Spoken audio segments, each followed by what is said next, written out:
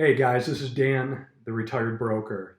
Today I want to share a couple experiences that I went through when I was cold calling as a financial advisor, just starting in the business, a stockbroker. We'd call it dialing for dollars, and that's all we did. We'd sit there all day and just call strangers, just to get them to put their money basically in our pocket. The first firm I started out at, and I spoke about it before in a previous video, I'll put it up here. We were in the boiler room in the cold calling pit, and it was just I was there for not too long, but towards the end of my job there, my time at that firm, just cold calling, cold calling, cold calling, and the manager and some of the other managers and senior brokers would walk through and just make sure we're calling all day. 7 o'clock, 8 o'clock, sometimes up to 9 o'clock at night, we're still there just calling. And they'd walk through, tell us what we're doing wrong, yell at us, try to motivate us, try to get us going. Back then I smoked. I'd have my pack of cigarettes up in my little cubicle. They'd walk by and steal cigarettes from me. It was just so annoying. So one day I was just sick of it. I knew I wanted to quit this firm. During the night, so our night calling, we'd have a lunch break, then we'd have a little dinner break. So we'd get back, I forgot, 5, 6 p.m., and we'd start calling to 8 or 9 p.m. And during this time, they'd say, look, you have to stand up. You can't sit down until you book a meeting or close some kind of deal. So the whole room was just standing up. We were tired out. We were calling all day. It was just horrible. So when the manager wasn't there, I just thought, all right, man, I'm going to go to the guy's office. I'm quitting. I'm quitting, guys. Like, oh my God, you're going to leave? I can't believe it. You're just going to get up and leave? I'm like, I'm going to tell him I'm quitting. And then, yeah, I'm going home. I'm done with this. I'm going to try to get into a different firm. So I went to the manager's office and I told him, hey, man, I'm done with this. This is bullshit. I quit. And he was silent for a second.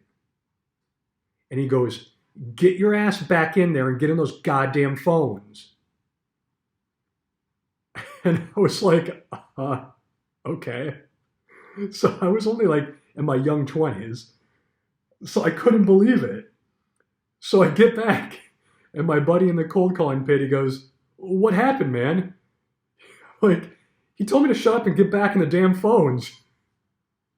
So that's what I did. I just started calling more, and we were standing up all night. We finally finished around 8, 9 o'clock, and went home and continued to work there for a while.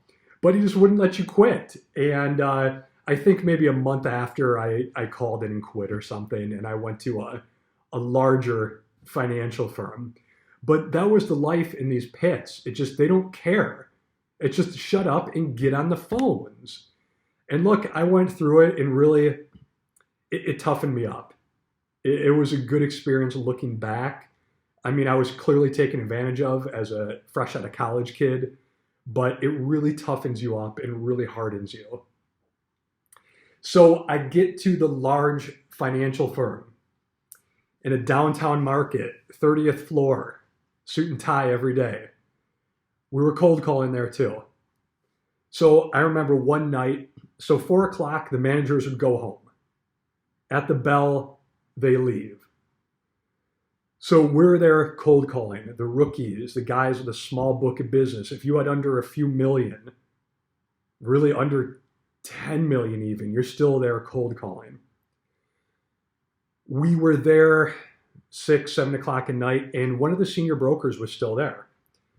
We're on the phones, we're making our dials, and the senior broker comes out. He goes, hey, anybody that sells this, I'm not going to say it, but XYZ preferred stock, I'll give a $100 bill to. Everybody immediately switched their cold calls from we have financial reviews to we have this great preferred stock we need you to get into. I didn't understand why he'd do that or why he'd want us to change our script, but everyone just changed it and started pumping the stock. So I realized, whatever, months, a year later, that company had a ton of money with us. And they want our analyst to give them the best rating or they'll move their money to a different firm. They want us to pump their stock. They want our analysts to say it's a AAA rated bond or stock or whichever security. So our senior brokers that managed their account had incentives to get the rookies to sell all of these stocks. It was so unethical, so illegal, but no one knew it. We're all rookies there. We needed to hit our numbers so we'd keep our job. But that's what they were doing at these firms, just pumping these stocks up, and the analyst would artificially pump up their ratings. And look, this is all alleged. I don't have proof of this, but this is what was happening, okay? It was just crazy, horrible experiences. Some of it was illegal, some of it was unethical. But again, it toughened us up, it hardened us. And if you want to make it in sales, you have to go through these tough experiences. Now, I don't know if anyone sold that garbage stock or whatever, but we were sure as hell trying. I don't think anyone won the $100. But this is what you go through if you want to become a great salesman and have that confidence and that background and that experience that really leads you to success in this business. So those are my stories. Hopefully you don't have to go through it like I did. Hopefully you can figure it out some other way. But I hope you enjoyed, guys. Let me know your comments. Thanks.